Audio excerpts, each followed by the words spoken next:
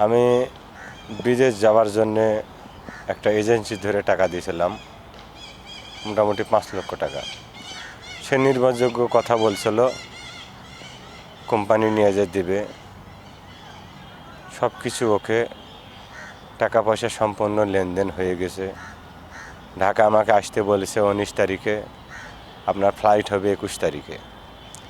সেখানে এসে আমাকে কোনো কাগজপাতি দিতে পারে নাই।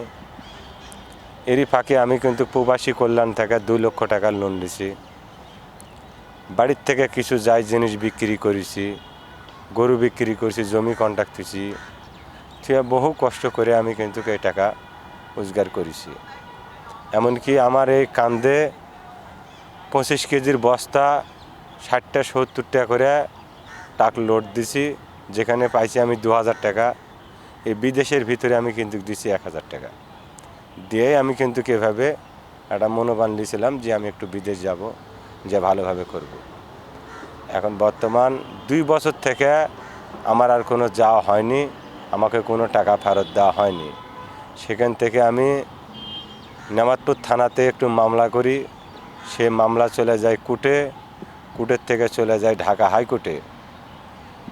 তে জেনার কাছে আমি টাকা জমা দিয়েছিলাম 5 লক্ষ টাকা, উনি দিছে ঢাকা হাইকোর্টে 1 লক্ষ, কালকাপুর থানার দিছে 50,000, নেমাতপুর থানার দিছে 10,000। এভাবে দিয়েতে সম্পূর্ণ ডিসমিস।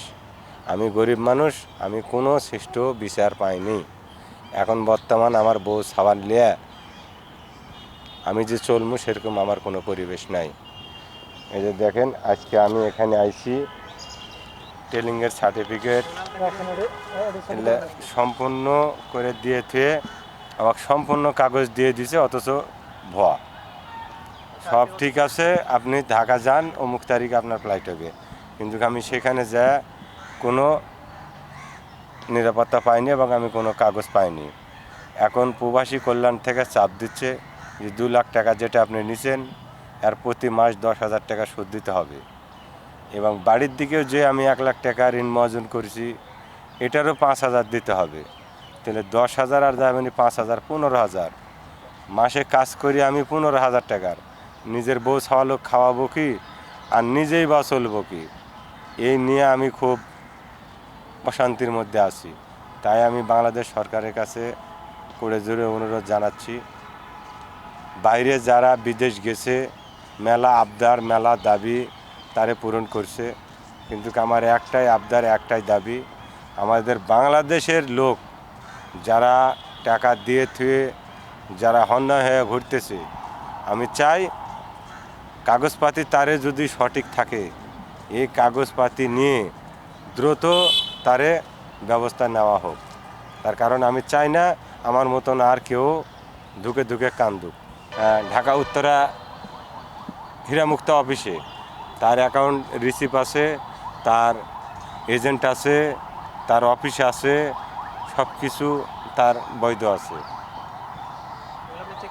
হ্যাঁ, চেক করছি, তাকে পাইনি আমি, তাই পালে চলে গেছে। হ্যাঁ, তার অফিসে চলে গেছে, হিঙ্গা বড় একটা তালা লাগা দিয়েছে, চলে গেছে। আমি 3 দিন ঘুরেছি, আমি যা সেখানে কুল কিনারা পাইনি, সেখান থেকে আমি চলে আসি। সেখান থেকে আসার পর আমার বাবা বলছে যে তোমার বিদেশ যা কী হলো। আমি আমার বাবাকে বলছি যে আমি আর যাইতে পারলাম না। 3 দিন পর আমার বাবা হার্ট ফেল করে মারা গেছে। না, ডেটা না, ওটা কোনো রাখি নাই। তবে এই এজেন্সির কাছে, ঢাকা এজেন্সির কাছে, ওর নাম হলো সাগর, আর বাসা হলো খুলনা। ও হলো আমার দেশি লোকের সাথে হাত করে আমার সাথে এরকমভাবে পলিসি করছে। সেই দেশি লোক কে, কি আপনার পরিচিত? হ্যাঁ, পরিচিত। নাম বলেন। ওর নাম হচ্ছে আব্দুল আলিম। বাড়ি কোথায়? বাড়ি হচ্ছে কাঁঠালতলি, দৈলবাড়ির পাশে কাঁঠালতলি। এখন উনি বলছে যে এই টাকার সুদ আমি কিছু জানি না। যখন টাকাটা নিয়েছিল তখন কে দায়িত্ব ছিল? আলিমই ছিল। আলিমের পরিবার, আলিমের ছেলে, আলিমের মেয়ে সম্পূর্ণ দায়িত্ব নিয়েছিল যে তোমার যা হোক না হোক সম্পূর্ণ টাকা তুমি ফেরত পাবেন। যদি যান তাহলে তো কোনো ফুরিয়ে গেল, আর যদি না যাওয়া হয় আপনি 5 লাখ টাকা দিবেন, 5 লাখ টাকায় আপনি ফেরত পাবেন। এটুক আপনার আমার উপর ভরসা করেন। আজকে যখন যাওয়া হয়নি, ওরাই ভাগযোগ করে নিয়েছে, এখন গোটাটাই বেদখল। আপনার যে এলাকাবুদ্দিন যে থানা আছে, আপনার পার্শ্ববর্তী যে থানা আছে, সেই থানায় কোনো সে থানায় আমি মামলা করছিলাম। তাকে হলো ধরে নিয়ে গেছিলো, নিয়ে যে বসে পুলিশেরা বলছে যে এনারে টাকা নিয়েছেন, ফেরত দেননি কেন? তখন বলছে যে আর্থিক অবস্থার জন্য আমি ফেরত দিতে পারিনি, আমি ওনার কাছ থেকে 10 দিন টাইম দিচ্ছি। এই 10 দিন টাইমের জায়গা 3 মাস হয়ে যায়। পুলিশ যখন ওকে ফোন দেয় যে এখানে আসেন, আসে মীমাংসা করেন, তখন ওই ফোনে জব দেয় আমার জেল জেরিপোনা যা পারে তাই হোক, আমি কোনো থানার যেতে পারবো না। তখন পুলিশ আমার বলে কোনো ওয়ারেন্ট ছাড়া কোনো আসামিকে আমরা ধরতে পারবো না। তখন আমরা নগাকুটে মামলা করি।